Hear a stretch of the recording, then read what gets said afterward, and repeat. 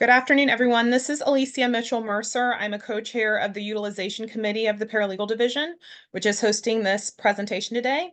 It's a pleasure to welcome you to our January Power Hour. Today, we're venturing into an increasingly crucial area in the realm of research and investigation, open source intelligence, or OSINT, and we have the perfect expert to guide us through this intricate field, Erin Beffa, the Vice President of ProAlign Cyber Intelligence Services. I'll hand this over to her so she can get started. Thank you very much. So thank you everyone at NCBA for having me present today. So welcome to this session of NCBA's Power Hour OSINT Toolsets.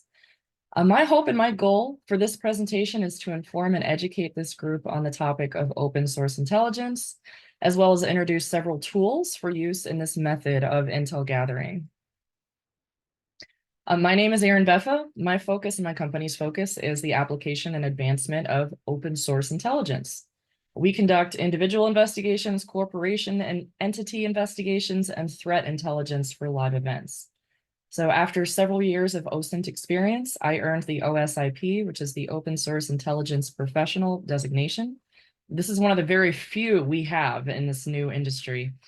My original career path was not in cybersecurity.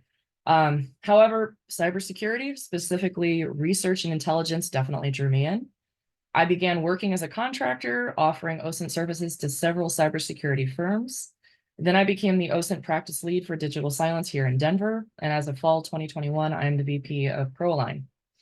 So open source intelligence can be applied for the greater good in several ways. Beyond my 9 to 5, OSINT is very much needed for a lot of volunteer use cases. So some of my volunteer experience includes the groups you see here, a quick summary of what people behind keyboards can contribute to volunteer groups like this. So the ILF, the Innocent Lives Foundation, this is a group that unmasks online child predators who, as you know, operate behind anonymous aliases.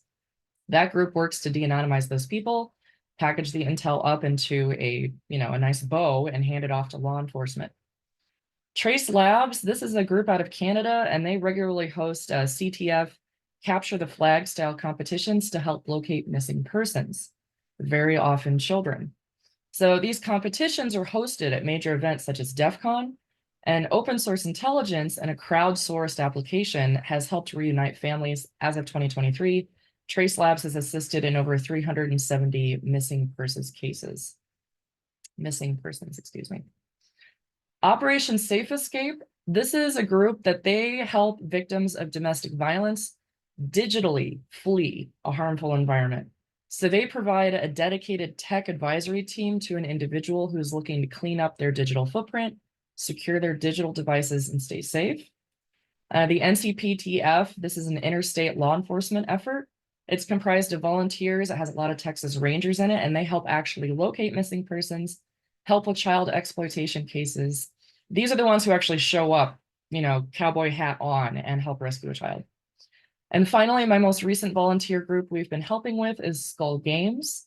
Similar to Trace Labs, this is gamified intel. So they use competition style volunteer groups, and they gamify intel gathering, and they use open source intelligence to assist law enforcement to help break the cycles of human trafficking. If anyone has any questions about any of those groups, please let me know.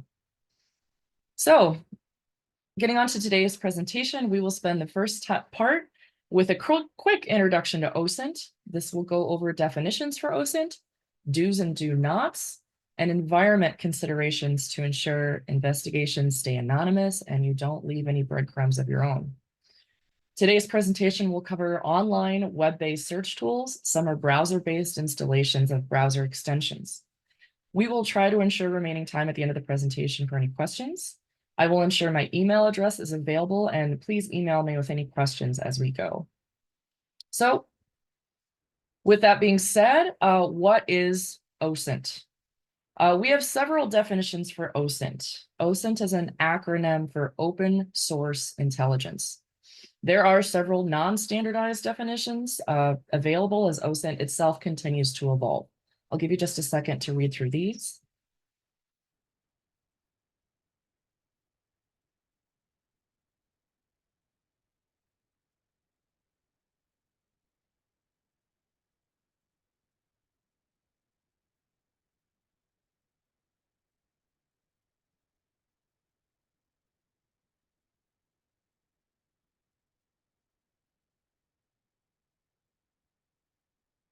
Oh, heck.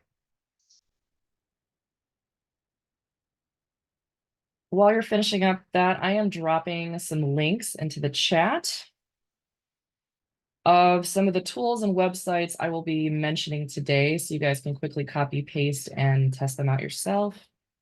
The chat is making me do it in chunks because it said my message was too long.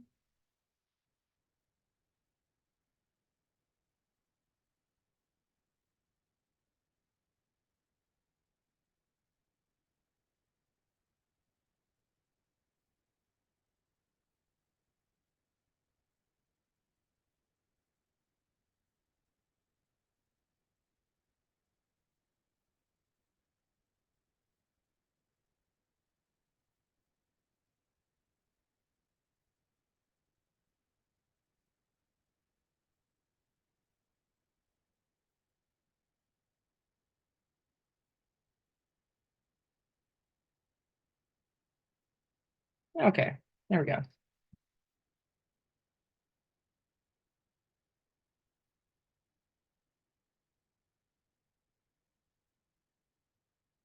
So when you combine the definitions for open source intelligence here, you start to get a picture of OSINT. OSINT is publicly available information, which you did not hack into anything to obtain. The biggest part to the definition of OSINT is the phrase open source. Now, we do have a standard definition for open source as it refers to programming and computing. So open source, when it comes to programming, means the source code is available to the general public for use for any purpose, which includes modification and distribution. So open source software is developed in a decentralized and collaborative way, relying on peer review and community production. The entire operating system of Linux is a good example. So additionally, very often open source also means free, but not always. So in regard to open source as it applies to intelligence, we have some guidelines to keep in mind. So here's some do's and do nots of OSINT research. So a quick note for everyone today, as we go through today's presentation, try to keep something in mind you could apply everything we cover directly to. I would very strongly suggest to test each tool and website we present on yourself. So your name, your address, your phone, your social media.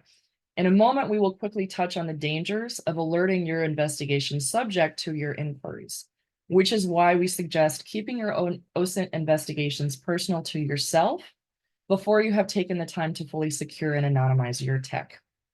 So, acceptable OSINT sources. So as we mentioned, many open source resources are free, some are not. The concept being is if anyone can pay. So let's say if I spun up a whole fake identity and made like a burner Visa card of some sort. If anyone can pay, then it's still considered an open source database. Now, if you have to pass an additional background check or vetting process, such as if you want access to the CLEAR database, they often will vet you. That is no longer considered an open source since not everyone can access it. Social media accounts, this is part of public data. SOCMINT, or social media intelligence, is a subset of OSINT, and this is fair game. Personally, I would not trust your data to any social media account because even when set to private, social media accounts can still sometimes be seen or leak out information due to no fault of your own. Documents, these are some of my absolute favorite OSINT findings. Document control is a problem for pretty much every industry. Even if documents were at one time redacted or marked as private, confidential, attorney-client privileged, they're still fair game as an acceptable OSINT finding if they are identified via OSINT search methodology. Stolen data. Now, stolen data, this refers a lot of times to dark web breach data, and OSINT analysts will know how to access these details. And stolen data can include details such as usernames, cell phone numbers, real names, email addresses, and known passwords. As an OSINT analyst, I cannot and will not ever use a credential to log in. Once an individual attempts an unauthorized login, you're no longer conducting OSINT and you're very likely committing a crime. What I can do if I find your stolen password is I can use that password as a key term search term in and of itself. So if I find your probably unique looking clear text password associated with a confirmed email address in breach data, I can reverse search that breach database with just that password. I may discover additional email addresses for you that were previously unknown, banking on the common yet insecure practice of password reuse. And search engines. So if I can Google it, it's fair game. This also goes for international search engines, which have their own unique database, such as Russian's version of Google, which is called Yandex. So what OSINT is not. OSINT is not hacking, and by hacking, I mean unauthorized access, forcible entry, or interception of data. This includes running any hacking tools you discover on GitHub. So the end user, and in an OSINT investigation, the end user is you as the investigator. You are the one ultimately responsible for understanding how our tool works on the back end. This is my fair warning not to use just any tool which has simply slapped a label on itself that says OSINT. Tools may have features of intel gathering methods which may set off alarm bells on a subject website or have unauthorized access attempts built in. Social engineering. Con artist tactics, social engineering. This can include things such as sweet talking people on the phone, sending misleading emails, basically attempting to contact your subject under a false pretense in order to obtain information. The social engineering can definitely be complementary to OSINT, and there are firms who do both, but that should be called out in the statement of work. And as we mentioned, and I will keep mentioning, credential attempts. Even if login credentials are found, you cannot attempt to actually use them. So this includes default username and passwords on devices such as security cameras. So if I discover a particular video camera online, the make and model in use at your residence, and then I go Google this manual support documentation for that device, and in the documentation it says, oh, the username and password for this device is default set to admin, I still cannot attempt to use that. Another don't is do not use your personal social media accounts for any research. This is the easiest mistake to make and potentially the most dangerous to you personally. So do not ever connect to an individual or subject investigations profile using your real or even your anonymous sock puppet account. And that means do not friend or follow the subject of an investigation.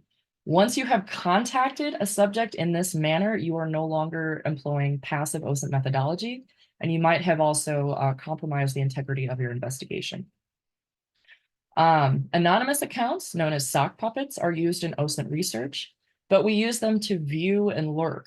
We don't use them to interact. It is crucial for the integrity of your investigation as well as your personal safety that no part of the investigation can be traced back to you. And as we mentioned, do not use hacking tools for OSINT. The internet is still very much the wild, wild west and is unmoderated.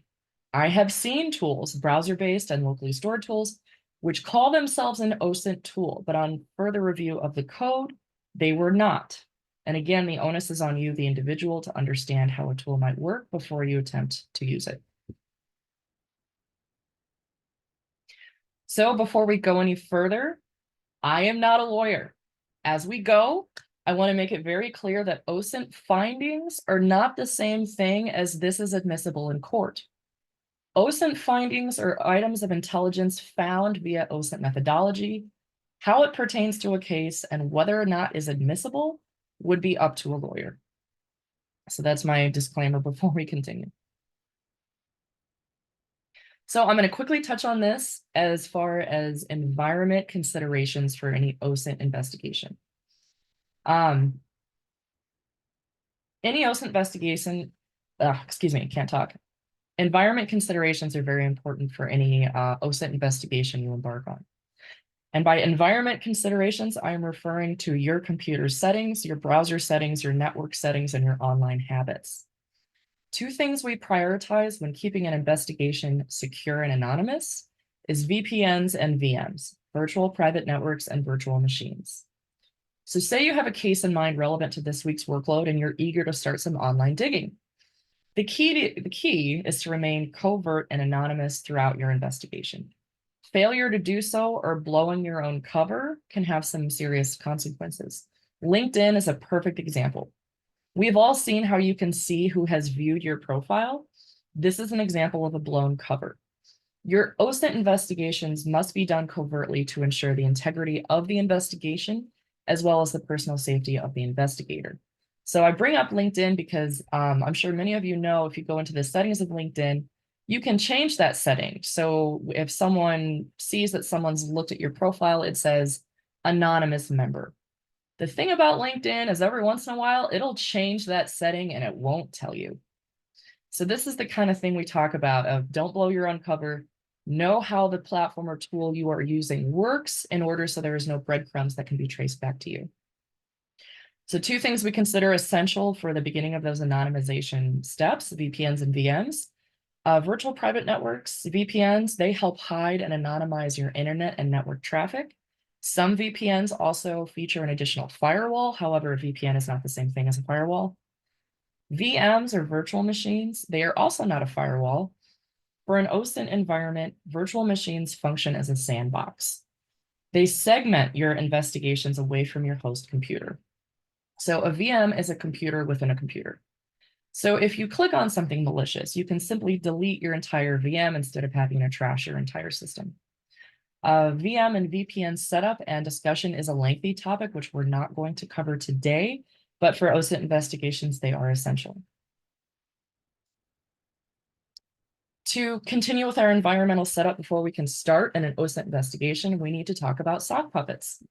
So sock puppets are anonymous dummy accounts which are used to access a platform which requires a login. Social media sites are a big reason to set up sock puppets. However, they're also required for other databases if you want to view full content, like opencorporates.com is a good example. It is illegal to use the image of a real person without their consent for your sock puppet profile, even if it is a model or a face from a Google image search from a crowd. For that reason, we recommend a few tools. Thispersondoesnotexist.com. This website generates AI faces. So if you go to this website, all this website does is it pops up the image of a face, and that face is totally AI generated. If you sit there and hit refresh, you'll get a new image every time.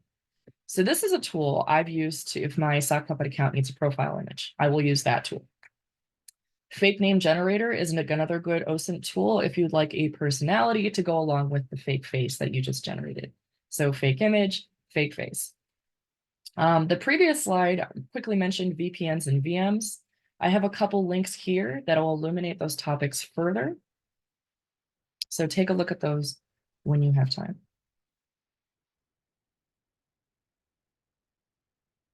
OSINT investigations quickly turn into a mountain of details. You will end up down a rabbit hole and you won't even remember how you got there. And OSINT analysts' personal research methodology will vary from person to person. The links here are tools that I highly recommend. Password lockers are absolutely essential. For personal privacy reasons, I hope you should be already using some sort of password locker already. For a browser-based password system, we recommend Bitwarden. I used to recommend LastPass, but they've gotten breached one too many times from my personal trust, so I stopped recommending them, and now we recommend Bitwarden as a good browser-based tool. Bookmark managers. These are online tools that help you keep track of locations on the internet as well as tools. My personal favorite is start.me. This used to be much more free. There is still a free version. Now it's a paid tool, but last time I checked, it was $60 for a lifetime license. So not yearly, but lifetime. And you must keep notes as you go. Good old Excel is still one of my favorites for the sheer amount of raw data I produce as I investigate. However, Excel doesn't handle images that well, and any good OSINT investigation will have a lot of screenshots of what is it, where you found it, how you got there. So OneNote handles images a lot better. And before we continue, I do want to reiterate my earlier recommendation to my audience today, which is to practice OSINT tools on yourself. OSINT investigations, have you seen, they require a lot of initial setup and cybersecurity measures to keep you anonymous and most of all safe. If those steps are a barrier to you, please do the following. Take every tool and website we present today and research yourself. Open source intelligence and personal data privacy go hand in hand. The more you learn about the capabilities of OSINT, the more you're going to start to wonder about the ethics and the privacy concerns of what you find. Every day in the news, we hear about data breaches and major leaks. The platforms we trust our data to really aren't doing their job to keep your information secure. So information about you exists on the internet in great quantities, which is not self-published. Someone else published it about you without your consent or many times without your knowledge. This is an ongoing issue.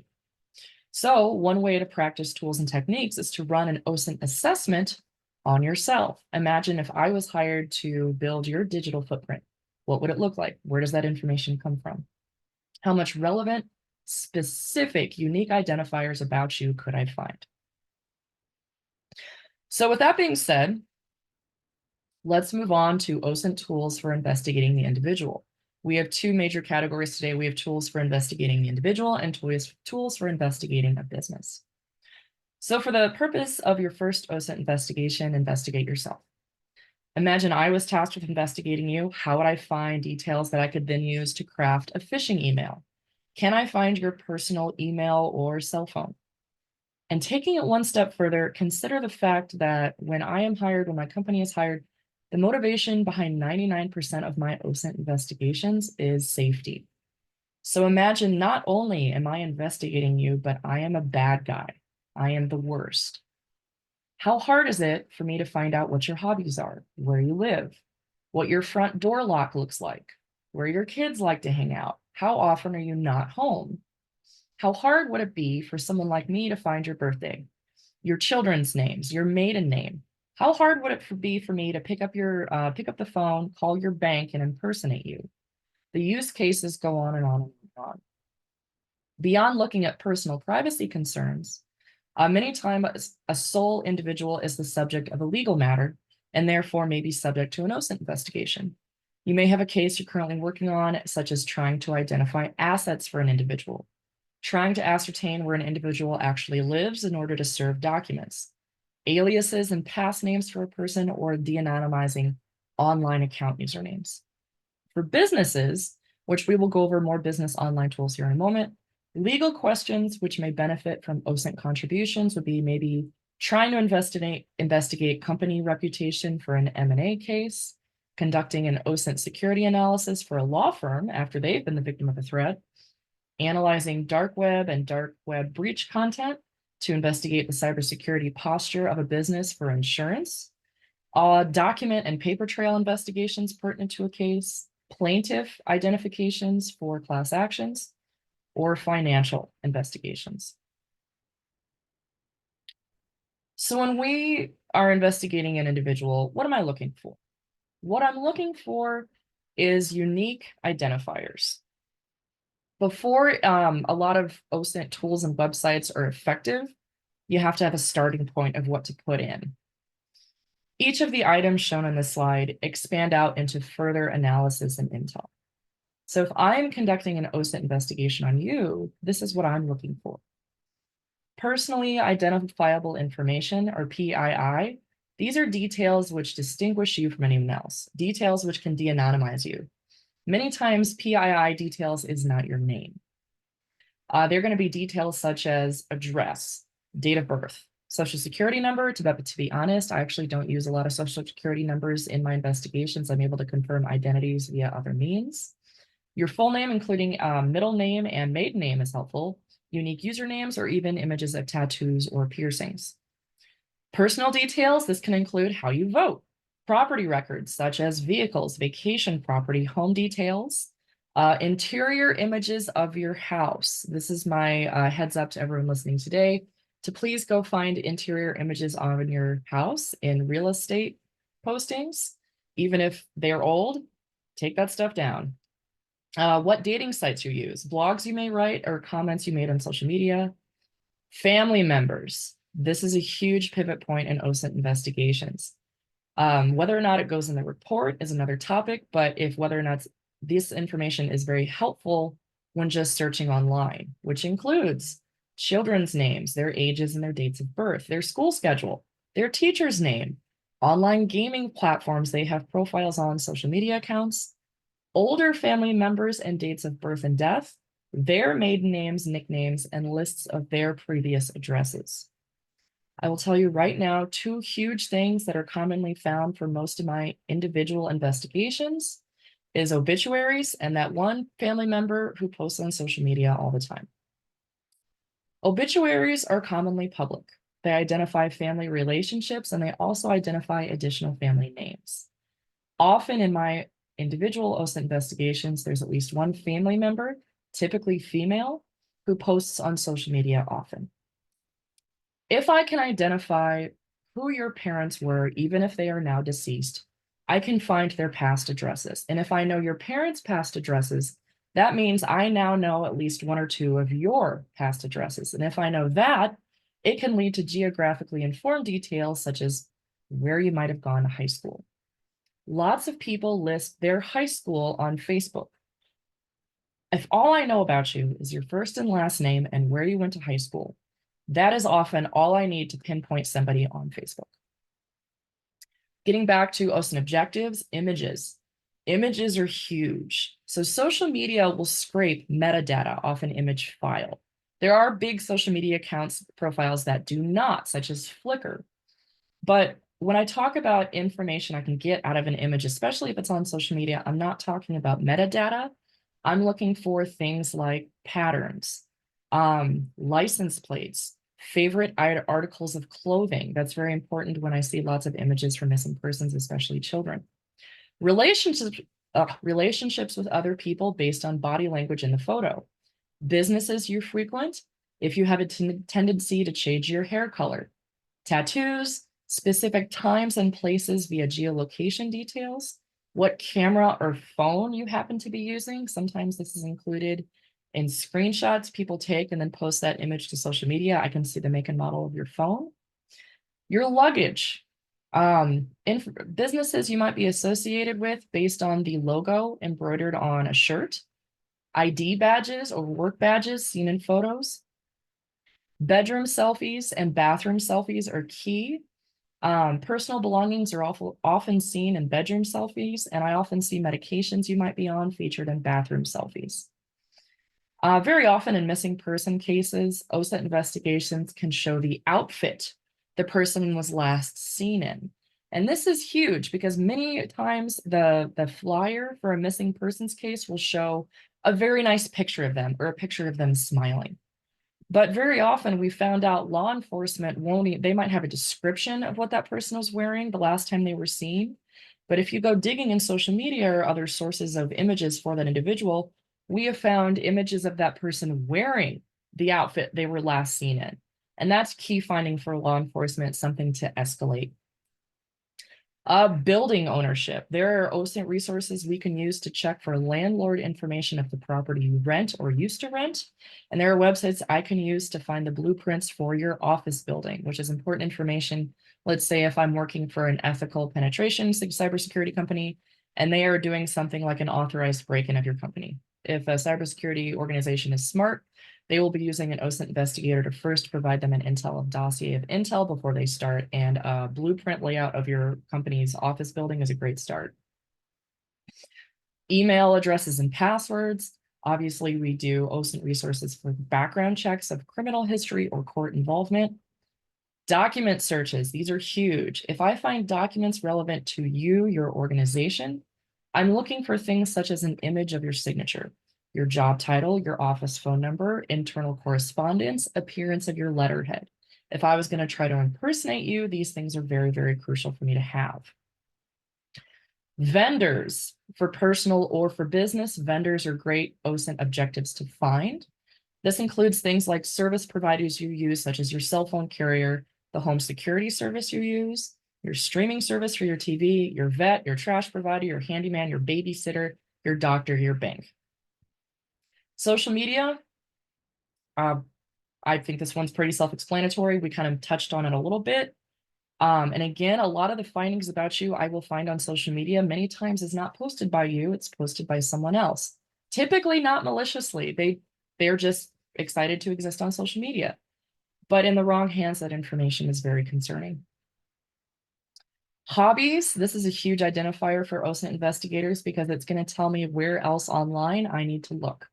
If you are a gym rat, there are gym bodybuilding websites that are incredibly leaky that I'm going to go investigate.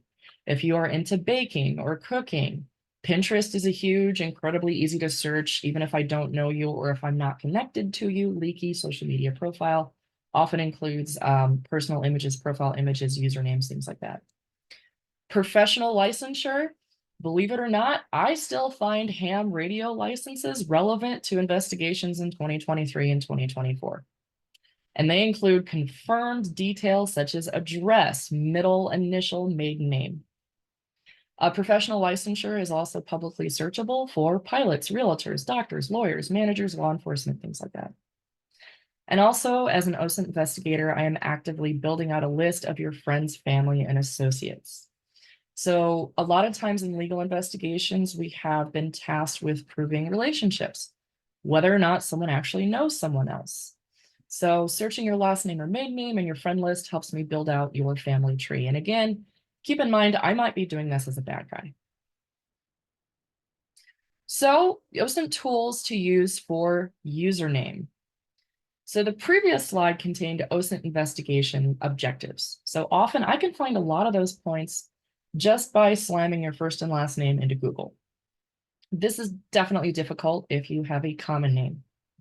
So as we mentioned, a first and last name is often not the best unique identifier. A username, on the other hand, is. Not everything is indexed in Google. You have to actually go out and start utilizing these OSINT tools and websites one by one. You have to individually investigate and be thorough. Username search tools, a few good ones are listed here. I would recommend you simply start with mashing up your first and last name, especially if they're unique. Mash them together, call it a username, and run it through each of these sites. You'll see, because again, internet is unmoderated. This is the Wild Wild West. They contain different information. When you utilize different tools built for the same purpose, but give back slightly information each time, that's how you begin to be a thorough and comprehensive OSINT investigator. One of the most interesting parts of a digital footprint for an individual is their online accounts, social media and otherwise. And most online platforms require you to have some sort of login. So your subject of your investigation is logging in with something. Many times the username is the real name, or it's just the first part of their email address, everything before the @ symbol. And known online behavior analysis for human beings really has proven repeatedly that we are creatures of habit. Even if we know better, even if we know it's not good cybersecurity practice to reuse usernames and passwords, we still do it. So even if you know or you're able to guess a username for an individual, it's very likely that a username is going to be in use on more than one online account. These tools here, these are all web-based tools, meaning all you have to do is navigate to this website to access this data. These are all free or a little bit free. Some tools are free for a certain number of searches, or they might be free for a few until they just require to set up an account. And again, you would set up an account using an alias sock puppet email address. Even if it's not free, the teaser or taster bits of information they give you is a lot of times still useful. And I did include these links in the chat if you are trying to copy and paste. For usernames, let's say you don't know their username and searching their real name didn't get you far because their name is Michael Johnson. I don't know, that's just an example. So one thing OSINT investigators do well is guess. Educated guesses based on confirmed data thus far, but a guess all the same. So guessing probable or likely usernames, we call that username enumeration. Some common username enumeration techniques include smashing up the first and last name together, or smashing up the first name, middle initial, and last name.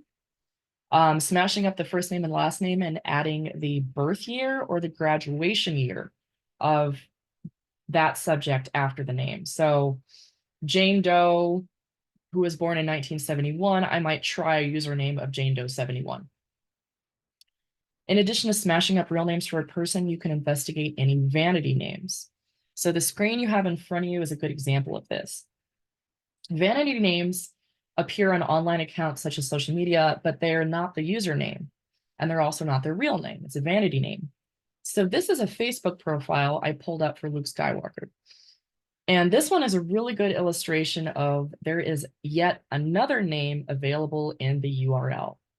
LinkedIn is a really good example of this as well. Next time you're looking at someone's LinkedIn profile, see if their name on their profile is different from the name in the URL. These are all going to be pseudo unique or very unique to the person, depending on how the platform works. Some social media or online account platforms let you recycle usernames, or they let usernames be recycled among different users. Most are fairly unique. So this Facebook profile showed us 3 different things that I'm going to go take back into all those username search tools from the previous slide. I might also throw those into Google as well, just to start. It's very important. And I've done it. I've seen other OSINT investigators do it. You go back to something you already found, and there it is. There's one bit of information. There's some breadcrumb you didn't see on that screen that you missed before. So it's very important to use your eyeballs as a human being and analyze every bit of information on the screen. This is a good example of this is where OSINT tools fail. This is where OSINT platforms fail. Any OSINT tool or automation system that is built using a robot cannot do as good of a job as you can as a human being with a pair of eyes. Manual methods a lot of times will trump OSINT tools or OSINT platforms that purport to, we'll automate all the OSINT tasks for you. There is blind spots in every single one, and trust me, I've vetted at least 30 or 40 in the past year. So this is just an OSINT hack. You've got to use your eyes and you've got to pay attention to every single detail on the screen. So here are some online search tools. I would also highly recommend you run these on yourself. These are data brokers. These are examples of, this is an issue we deal with in the United States that Europe does not have to deal with because they have the GDPR protecting them, and privacy laws here in the United States have not kept up. So these websites compile and resell your information back and forth, and they get this information from sources such as marketing data, county data such as property ownership, voting records, and really upsetting sneaky sources you would not expect, like the post office.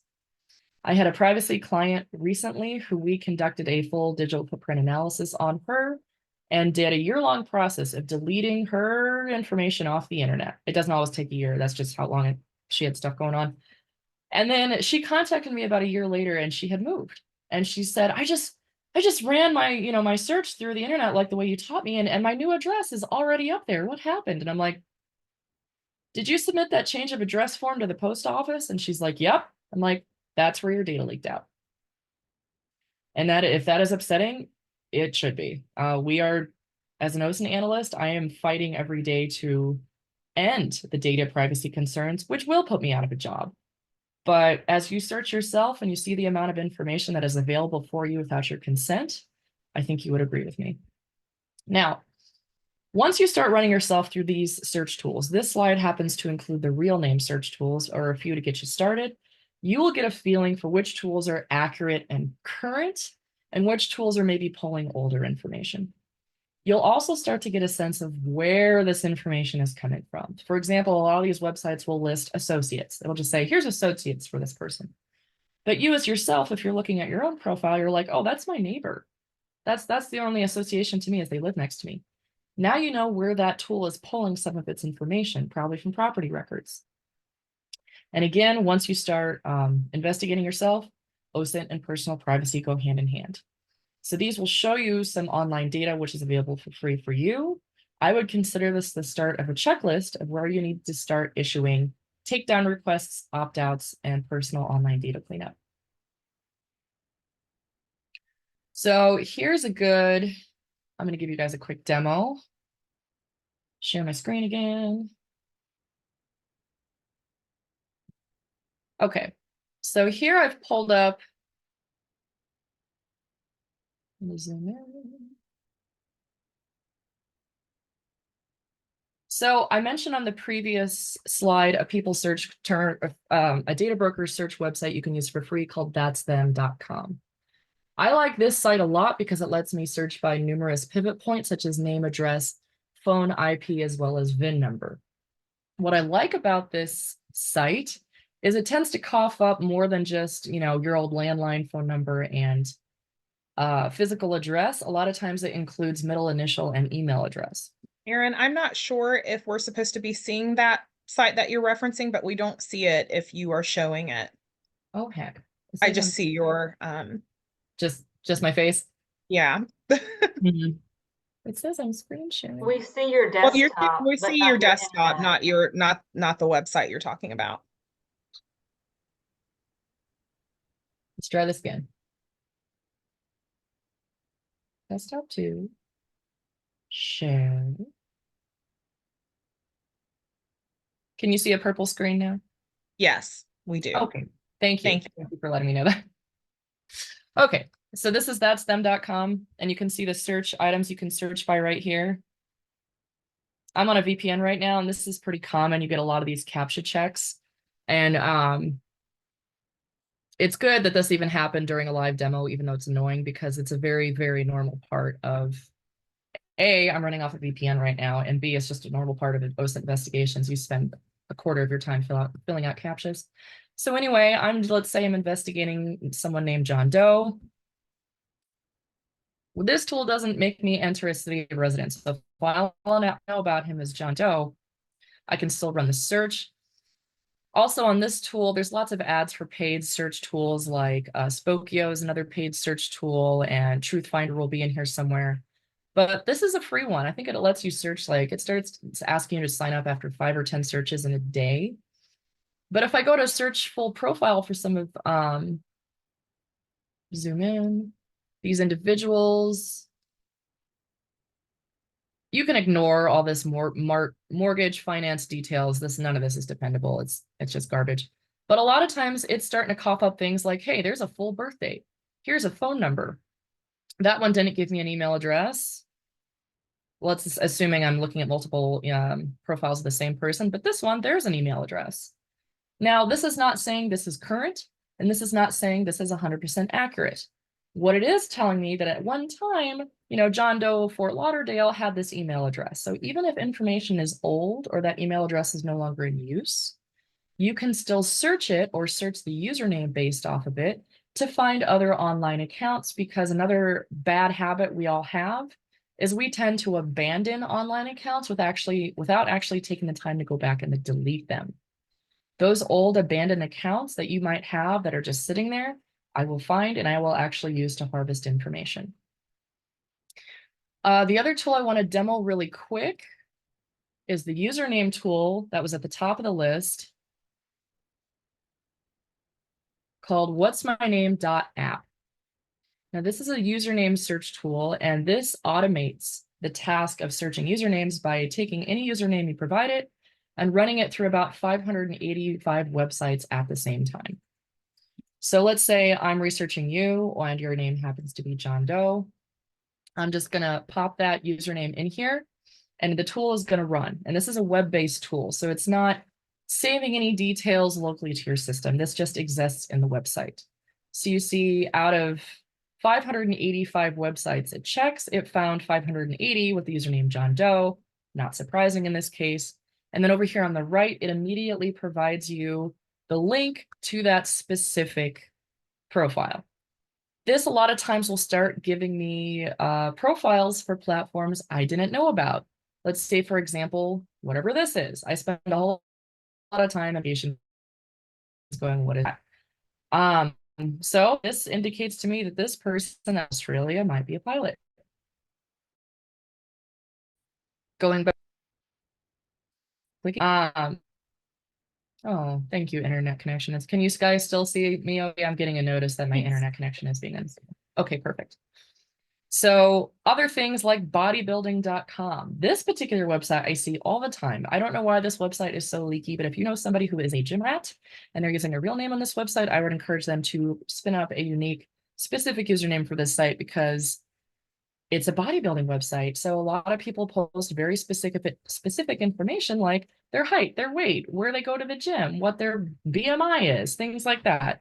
Whether or not this is relevant to your investigation at hand is specific to your investigation. But what'smyname.app is the URL. This tool was built by a gentleman named Micah Hoffman. He is one of the key people at OSINT Combine, which is a great OSINT hub. They do trainings, they do webinars and blog posts. And I think his name is on the website somewhere. Right there, Micah Hoffman. This is another thing I like to see if you are testing out an OSINT website is, hey, can you see the author? Can you investigate the author? Can you find the source code for the website? Can you even like email someone and say, hey, I'd like to use your website, but I'm a little concerned it's storing my data. Can you talk to me how the data is transferred? If you can't find the author of the website, to me, that is a red flag.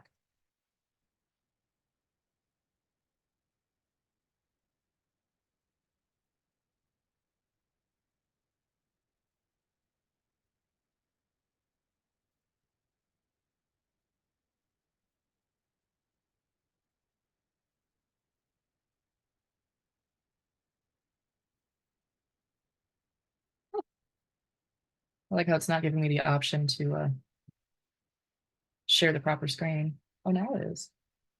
Sorry, guys, switching back into the presentation. Desktop 2. There we go. Nope, desktop 1. There we go, share. Can you see the real name search tool slide once again? Yes, we can. Perfect, moving on. So we just demoed what'smyname.app, and that's them, a username search tool and a real name search tool very quickly.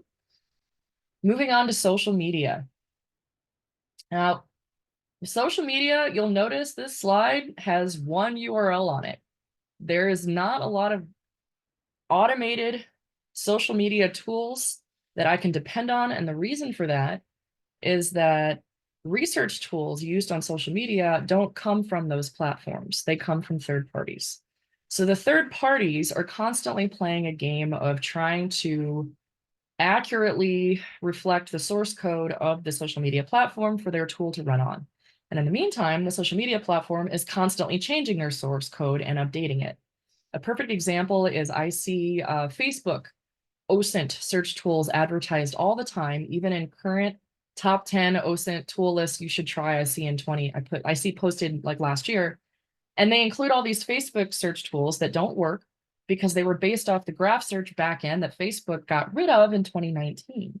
So all those old tools that are like, oh yeah, here, you just enter this information and we'll search Facebook for you, they don't work anymore. So if you find a good social media investigative tool, I would say, make sure it's not leaking out information that you used to log into it for it to work, and then use it while you can. It's because it's going to break in about a week. For me, the best methods I've found for investigating the major social media platforms are still the manual methods. Twitter does have an advanced search URL I've included right there, which does cut through a lot of the junk you need to look through if you're sifting through like maybe a prolific Twitter user. This URL you didn't used to have to be logged into for it to work. I tried it out the other day and it did make me log in.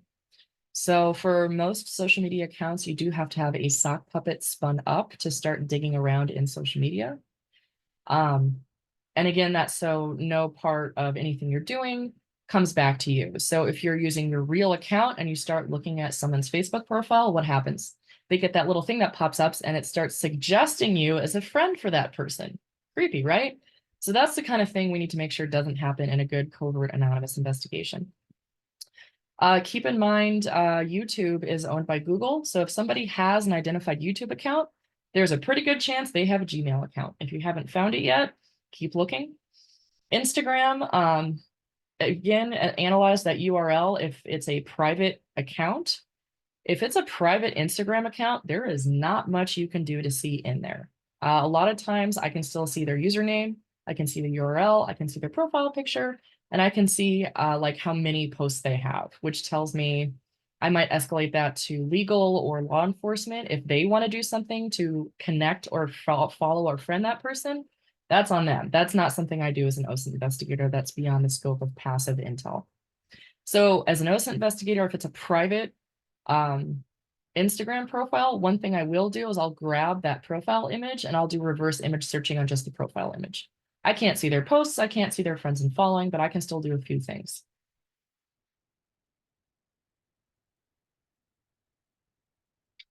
So moving on to browser extensions. So these are tools you can install on your browser, such as Google or Firefox, to automate searching.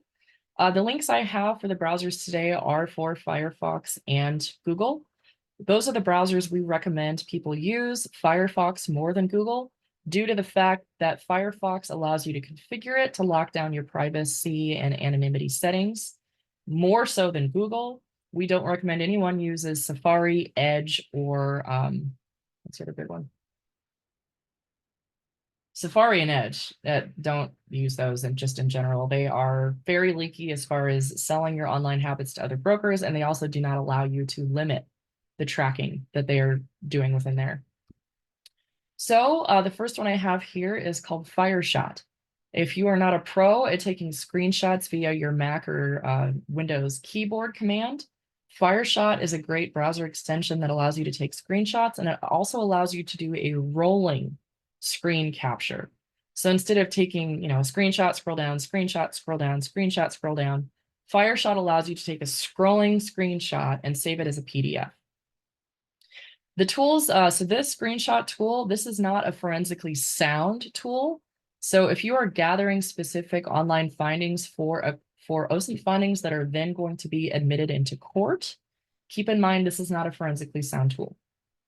There are two links here. The blue one is for Google and the teal one is for Firefox. So that's a screenshot capture tool I recommend. It's also free. Google Translate is another one I like to use. The way it works is once you have the browser extension installed, you just click and highlight whatever text you can't read in your native language, right click, and it'll immediately take you to Google Translate. I have a note here that says also try Google Lens. If I'm in a hurry, the quickest way I translate things is I have my cell phone and I have Google installed on my cell phone, not Google Chrome, but Google Browser, because Google Browser has Google Lens built in as a tool. Google Lens operates on OCR, optical character recognition technology. So I'm sure you might have used this in the past for various things. You just hold up your phone to the text you can't translate, and Google Lens has a translate feature. So for a browser extension, though, Google Translate browser extension, also play around with Google Lens sometimes. To me, it's actually quicker. Some browser extensions continued I definitely use that help speed up my tasks. Search by image, worst name, most vague name. I wish they called it something unique, but it's literally called search by image. This is available for both Chrome and Firefox. And the way it works is once your browser extension is installed, if you see an image you would like to reverse search, instead of copying and pasting the URL of that image or saving it locally to your machine and then re-uploading it to the image search tools within Google or Yandex or whatever, all you do is just right click, activate the extension, and it just runs the reverse search for you. You don't have to copy any URLs. You don't have to save the image locally. It just automates that kind of tedious tasks, and I will show you how it works here in a second. The other two browser extensions I have here has to do with historical data.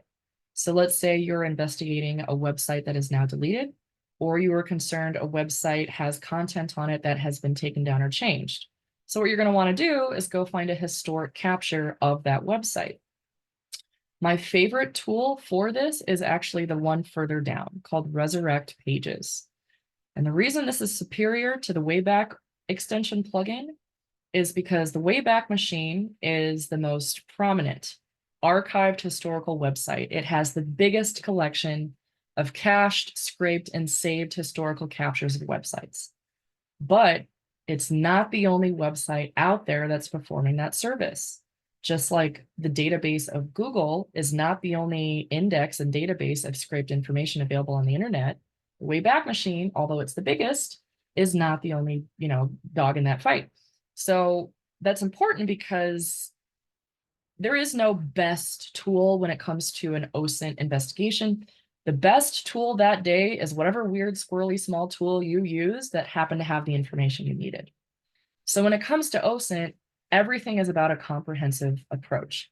Resurrect Pages offers you to search for a URL in multiple archive sites, not just Wayback Machine. It includes Wayback Machine, but it includes other historical sites too, such as archive.is It also lets you quickly search cached versions within Google. Resurrect Pages is not available in Chrome. It only will work if you install it on Firefox. I'm going to give you guys a quick demo of that now.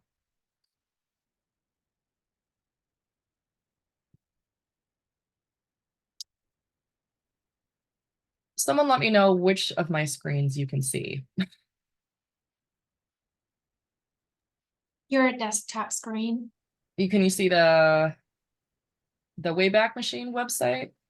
No, just your computer my page. desktop home screen. Oh, okay. Gotta love it when Zoom doesn't play ball.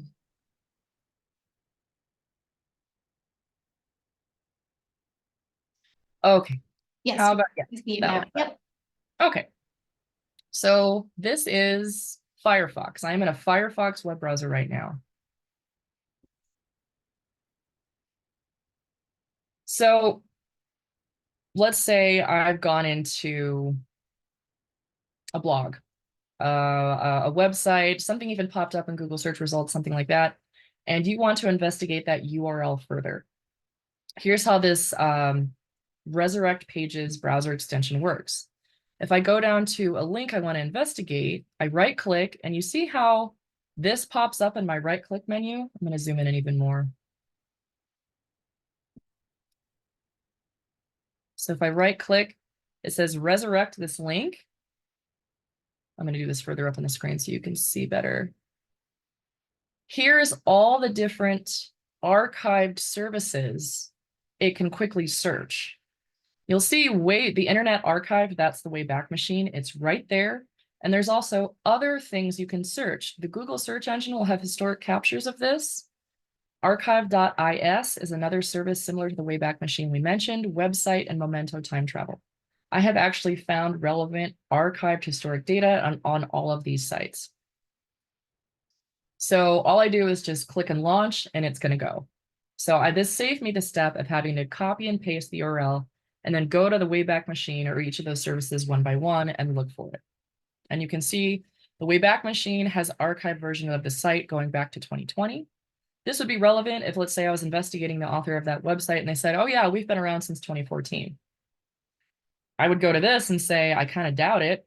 One of the biggest archive machines out there says the earliest time it's ever seen your website was 2020. Is this a definitive finding? No. Is it an indicator? Heck yeah. And then search by image. I also have that installed on Firefox. And let me show you how this one works. Let's say I want to investigate this particular cat right here. All I do, no, I was going to show you this in Chrome. 1 second.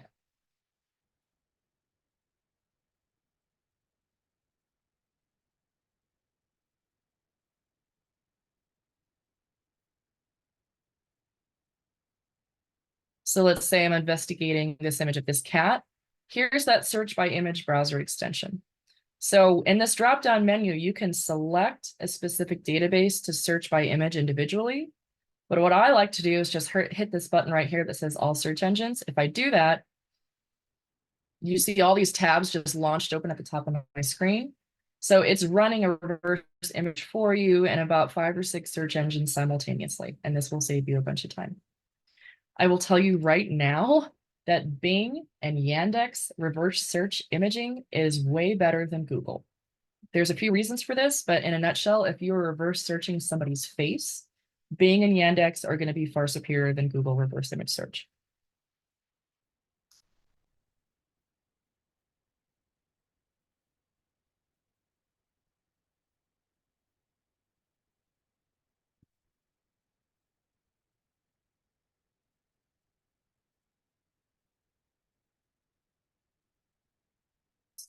Okay. Just want to confirm you guys can see the browser extensions continue back on your side. We can. Gotta love live demos. Okay. Are we doing on time? Oh, we're kind of running out of time. I'm going to quickly go through some of these OSINT tools for businesses. These are a collection of URLs that are very helpful when you are investigating businesses. Again, These websites don't play well with Google. So just because you searched it in Google and it's not in Google doesn't mean the information is not out there. It just means you have to start looking at a different site. If you are interested in investigating a company or an executive, a CEO perhaps, and you want to investigate leak documents, WikiLeaks, but way more current. A lot of WikiLeaks content stops after about 2016. So some great databases to look for other places of leak information is right here: ICIJ, DDoS secrets, the OCCRP, and the California Data Security Breaches is a great one. If you want to find out a company has been leaked, the state of California mandates that you publish your notification letter you sent out to your clients after you got hacked. So whether or not a company has been leaked, if they have, they were required to report it in the state of California, and that is a good place to search. Investigating staff, Bloomberg Vets Them, Recruit 'Em, which works in tangent with LinkedIn. Again, I prefer searching LinkedIn directly, but you need to have a sock puppet spun up. Financials, these are some great resources to look for corporate connections, political donations, and relationships between companies based on finances. SEC litigation releases and filings lookup is a good start investigation if you are considering has this person been involved in court involvements enough so the SEC got involved. That's a good finding. And the small Form 550 retirement fund search. This is a great way people hide money if they are misrepresenting their valuation. They will hide money in a retirement account. This is something small businesses have done. But so if you know the company's valuation and that fund they've got in their retirement 550 document is way more than you think it should be, that's a good indication of asset fraud.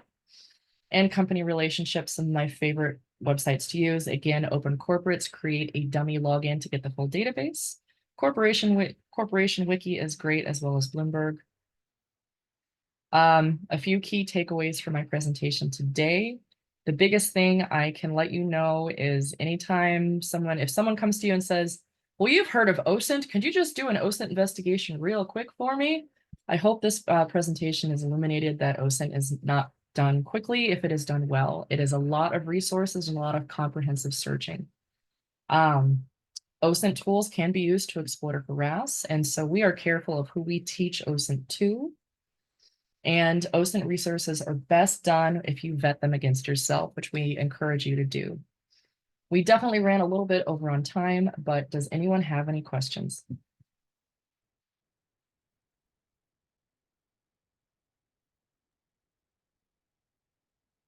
If you have any questions, let me know. We'll wait just about 30 seconds.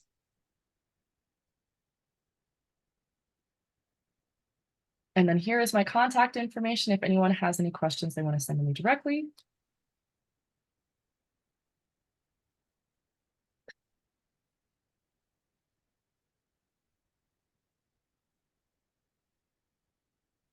Thank you, Erin, for this presentation. I'm so glad you were able to share this with the paralegal division. Everyone, I saw Erin present at the NALA conference a couple of years ago, and I was just like really amazed. She actually walked through the process of us finding information about ourselves, and I've spent the last year trying to figure out what to do with all of that.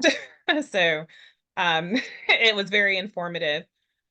I don't see that there are any questions, but they have your contact information if they want to reach out to you.